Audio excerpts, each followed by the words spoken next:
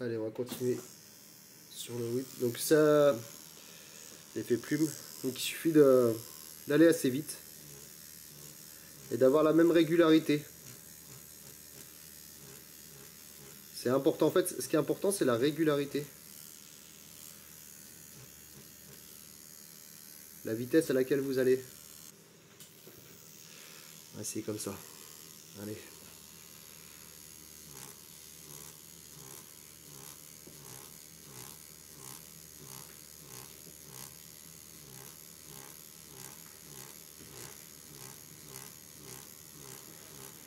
Voilà, vraiment la même régularité pour avoir cet effet d'ombrage en style plume. Donc là, je vais continuer sur les autres parties à laquelle je voulais faire en effet en wisp shading.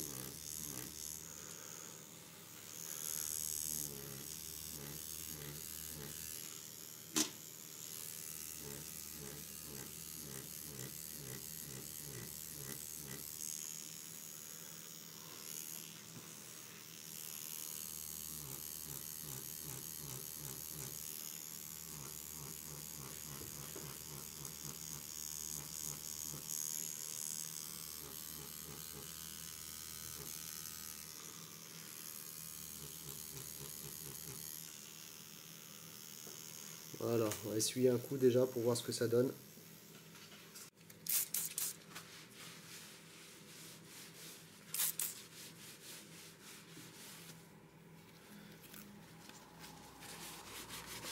Donc voilà, ça commence à prendre. Donc généralement, il faut repasser une deuxième fois sur, avec le wisp shading, à part si vous voulez vraiment que ce soit léger comme là.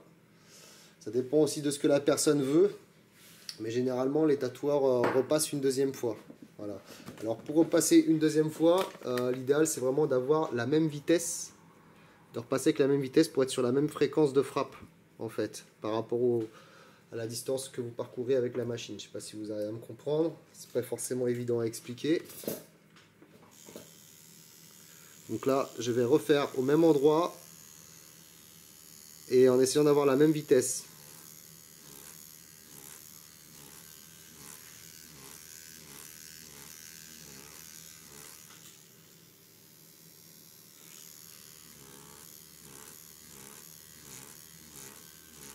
Voilà.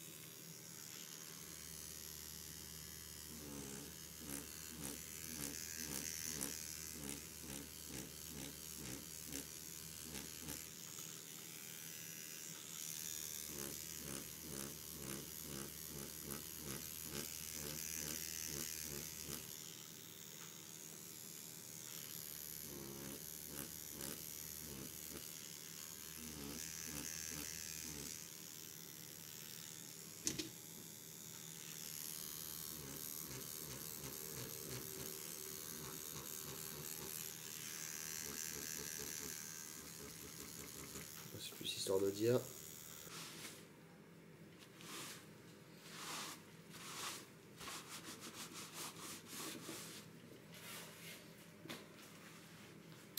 Bon ben voilà pour l'effet whip shading.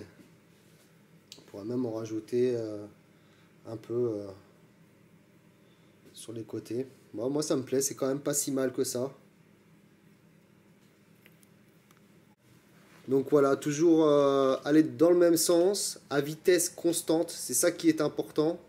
Avec une vitesse, un voltage assez bas pour la machine, donc de l'ordre de 8-9, entre 8 et 9 volts à peu près, pour avoir une vitesse de frappe qui est quand même bien réduite, pour pouvoir avec la vitesse de frappe faire cet effet de plume, cet effet de voilà, le whip shading, donc, ou lasso, comme on dit en français.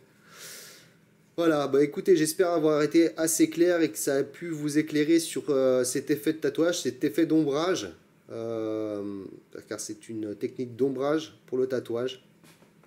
Donc là, je vais venir remplir la pierre. Là, ici, c'est une pierre précieuse. Donc dans la prochaine vidéo, ça va être comment faire une pierre précieuse avec un effet relief qui ressort, avec un effet d'ombrage et un effet de lumière. Car dans tout ce qui est relief, on a toujours l'effet de lumière et l'effet d'ombrage pour pouvoir avoir ce sentiment, cette sensation de relief, de trompe-l'œil. Voilà. Allez, on passe à la partie numéro 3.